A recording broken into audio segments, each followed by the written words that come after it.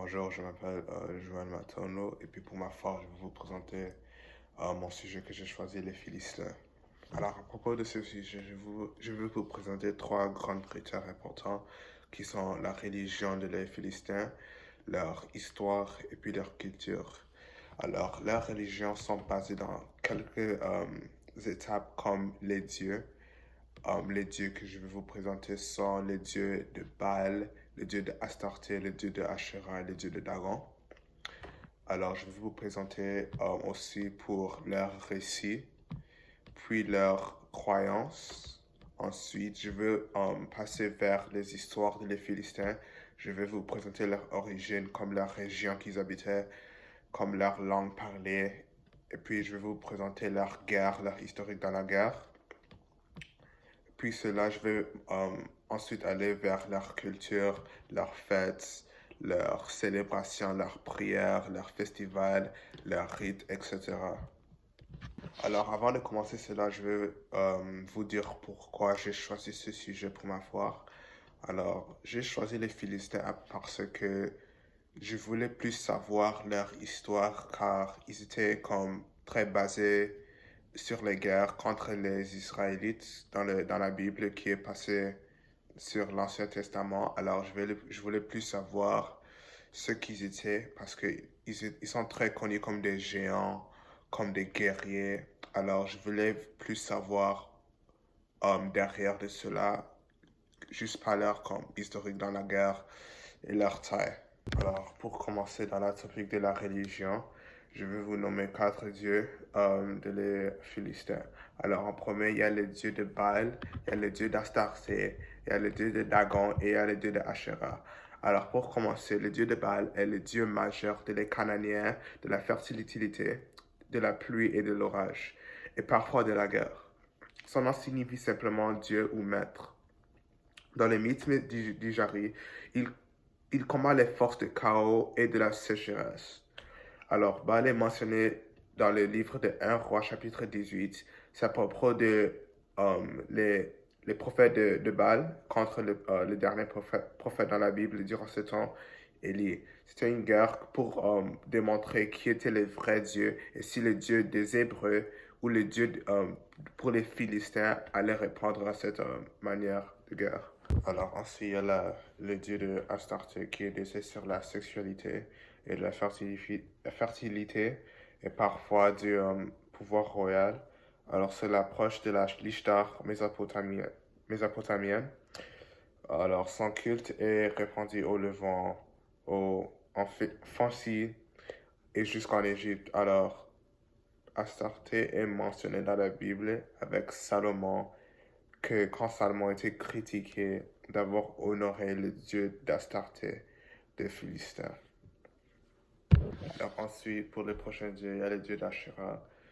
Ashura est souvent comme l'épouse de la dieu suprême d'El et, et aussi comme les mères des dieux et les figures de la fertilité et de la protection. Alors dans les textes du Jari, elle joue parfois un rôle diplomatique entre les divinités et son culte semble avoir très populaire parmi les populations locales avec des symboles liés aux arbres sacrés et aux poteaux culturels, etc. Puis ensuite, il y a Dagon. Alors, Dagon est surtout lié aux Philistins comme un dieu très connu. Dans le livre de Samuel, Dagon est comme, il était mentionné comme le dieu qui était devant l'arche quand les Philistins ont capturé l'arche. Et puis le dieu de Dagon était comme en bas dans le sol. Ça montre quand Dieu avait comme pris acte comme punition envers les Philistins quand ils ont pris l'arche de l'Alliance pour montrer que Dieu comme il est là pour défendre ses peuples et ceux qui l'appartient. Alors c'est devant le temple de Dagon qui a été tombé son statue. Et il était un dieu très célèbre envers les Philistins. Et alors oui. Aussi, Dagon est mentionné dans le temple. Il y a un temple que Dagon avait dans la Bible où Samson a détruit le temple de Dagon pendant la fête des Philistins. Alors ensuite pour le récit des Philistins, leurs récits sont très basés sur la Bible hébraïque, comme on peut voir où les Philistins, leur Dieu était mentionné, quand leur Dieu avait leur statut, leur combat et leur mention dans la Bible de ce que les Philistins ont fait, mais leurs récits sont très basés sur la Bible hébraïque et pas leur propre récit qu'on peut voir avec la source biblique qu'on a. Les Philistins sont mentionnés dans la Bible hébraïque et l'archéologie, avec des influences cananéennes et géniales. Et les mentions aussi, pas à propos de les dieux des Philistins, mais pour les Philistins eux-mêmes. Il y avait les Philistins, les forgerons, dans le livre de 1 Samuel chapitre 13, Samson contre les Philistins, quand Samson était en guerre avec les Philistins, quand il a tué plusieurs soldats philistines, et aussi avec Delilah, la femme qui a trompé Samson, a coupé ses cheveux.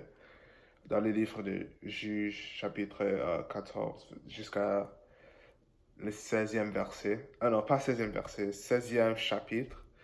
Et aussi dans le livre de Juges 13, il y a aussi la délivrance des Israélites dans les mains des Philistins quand ils étaient en guerre.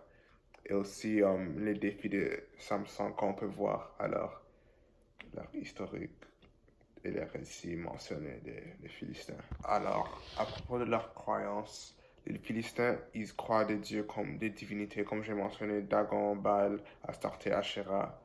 Mais aussi, ils ont des pratiques rituelles, comme les rituels de la nature, des arbres, tout cela. Et puis, ils ont leur propre calendrier pour leur culture, pour qu'on puisse voir. C'est quelque chose basé sur la religion qui se font dans une chose très stricte. Alors, je vais vous présenter le deuxième sujet qui est les histoires des Philistins. Alors, je vais vous présenter leurs origines, leur région, leur habitat, où ils étaient, leur langue, tout cela. Alors, les Philistins peuplèrent dans les régions côtières de Canaan en 12e siècle avant notre ère jusqu'à leur disparition environ 604 avant notre ère. Les monts Philistins qu'on peut voir dérivent de l'hébreu ha-Philistim. Ça désignait la combinaison de plusieurs tribus de Syrie et de Judée avec l'ancien nom Syrie-Palestine. C'est le nom latin des terres de Canaan devient Palestine après avoir la récolte de Bar Kocher en 132 jusqu'à 136 de notre ère sous la règne. Mais c'est sous la règne de le Romain Adrien, l'empereur Romain Adrien, dans en 117 jusqu'à 138 de notre ère.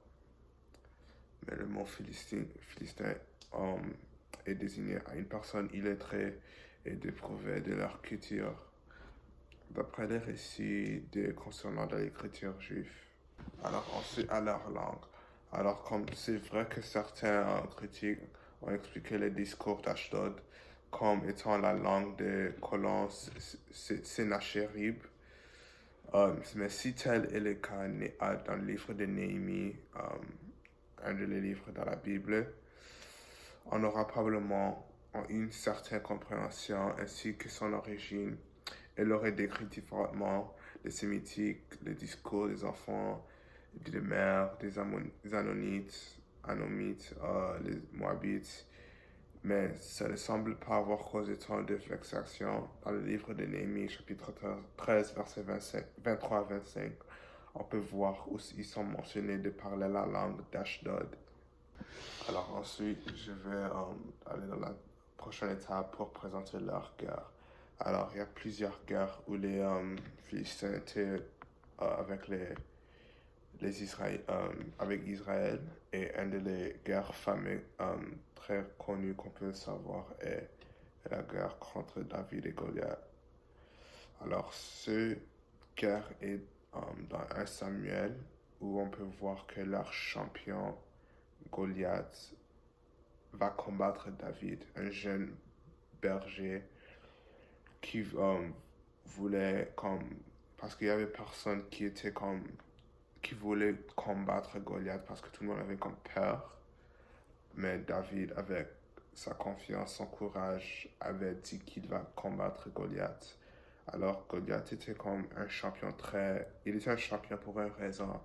Cela est parce il était un géant, il était fort, il était musclé, il avait l'expérience dans la guerre contre un petit berger. Mais cela montre que c'était pas Goliath contre David, mais c'était Goliath contre Dieu parce que c'était Dieu qui était avec David. Alors, leur champion Goliath c'était une guerre noble qui allait se passer contre Israël et contre les Philistins. Alors, c'était une guerre noble quand chacun des pays choisit un guerrier et leur champion. Alors, pour les Philistins, ils ont choisi Goliath. Et pour Israël, ils ont choisi David. Mais comme miraculeusement, avec la grâce de Dieu et le pouvoir de Dieu, David a vaincu euh, Goliath avec une pierre, avec un slingshot où il tourne et puis il a frappé la tête de Goliath. Et puis après ça, il avait pris son épée et puis il avait coupé la tête. Et ça, c'est une des guerres qui était très connue dans la Bible. Aussi, il y a les guerres de Samson contre les Philistins. Alors, pour commencer, Samson est un personnage très grand dans la Bible et un ennemi très formidable contre les Philistins. Cet Israélite était considéré comme parce qu'il avait la grâce de Dieu dans ses cheveux, alors il avait la force pour combattre. Um, c'est dans les livres bibliques qu'on peut voir de juges. Il a raconté des événements à la 15e siècle, à la 16e siècle. Et avant notre ère, Samson a mené de nombreuses batailles contre les Philistins. Et puis Samson semble avoir vécu vers la fin de la période, couverte par le livre des juges qu'on peut voir. Mais il y avait une femme philistine, Delilah, qui avait trompé Samson. Et puis car Samson était amoureux avec Delilah, qui l'a amené à dire son secret derrière sa force, qui était ses cheveux. Alors quand Samson était en repos, Delilah avait pris la chance de couper ses cheveux pour qu'il puisse combattre Samson. Sans ses cheveux, c'était possible à capturer Samson. Alors, il était capturé dans ce moment-là. Et puis, ils allaient l'exécuter, mais Samson avait demandé une fois à Dieu pour donner une autre fois pour sa force. Alors Dieu avait répondu sa prière pour combattre les Philistins qu'il avait capturés. Et cependant, Samson avait tué tous les Philistins dans ce temple. Et puis, oui, c'est là. Alors, dans 1 Samuel chapitre 5, on a aussi la prise de l'arche. C'est quand les Philistins avaient pris l'arche de l'alliance que Dieu avait avec Israël. C'était où, comme j'ai mentionné avant, le Dieu a été comme tombé dans son statut à cause que les Philistins ont capturé cela. Mais c'est quelque chose, une guerre qui s'est passée dans la Bible contre Israël et les Philistins. Alors ensuite, dans la troisième sujet, il y a les cultures. Il y a beaucoup de fêtes religieuses, il y a des prières, tout cela, etc. Alors, pour leurs fêtes religieuses, il y a des récoltes, il y a des victoires militaires, il y a des saisons où les Philistins se célèbrent. Il y a aussi des grandes divinités comme Dagon où ils célèbrent leurs dieux, où ils célèbrent des saisons comme des festivals. Il y a aussi dans la fête de Dagon, dans le récit de Samson, il y a des chefs philistines qui se réunissent dans un grand temple. Ils offrent des sacrifices, ils célèbrent la capture de Samson, ils remercient Dagon pour leur victoire, etc. Et aussi pour les sacrifices qu'ils donnent à leur Dieu. Il y a des sacrifices d'animaux, il y a les offrandes de la nourriture, de la libation, des encens, etc. Et tout cela. Les Philistins ont aussi dédié leur temple et les sacrés, qui est Gaza, Ashdod, Ekron et Gath. Tout cela est là pour qu'ils puissent offrir des sacrifices comme des autels, des salles cérémoniales, des objets culturels et des traces de banquettes religieux. À propos de leurs prières, les Philistins font plusieurs prières et des requêtes devant leur Dieu, comme ils font des prières de demande de la pluie, victoire à la guerre, de la fertilité, des protections divines, de la guérison, et aussi des dieux leur invoquent avec des chants, des musiques, des processions et des sacrifices. Il y a plusieurs influences culturelles dans ces cultures des Philistins, comme des traditions venues de la mer d'Égée et des régions cananéennes locales. Alors cela conclut mon projet de la foire de les Philistins. Un grand merci. Au revoir.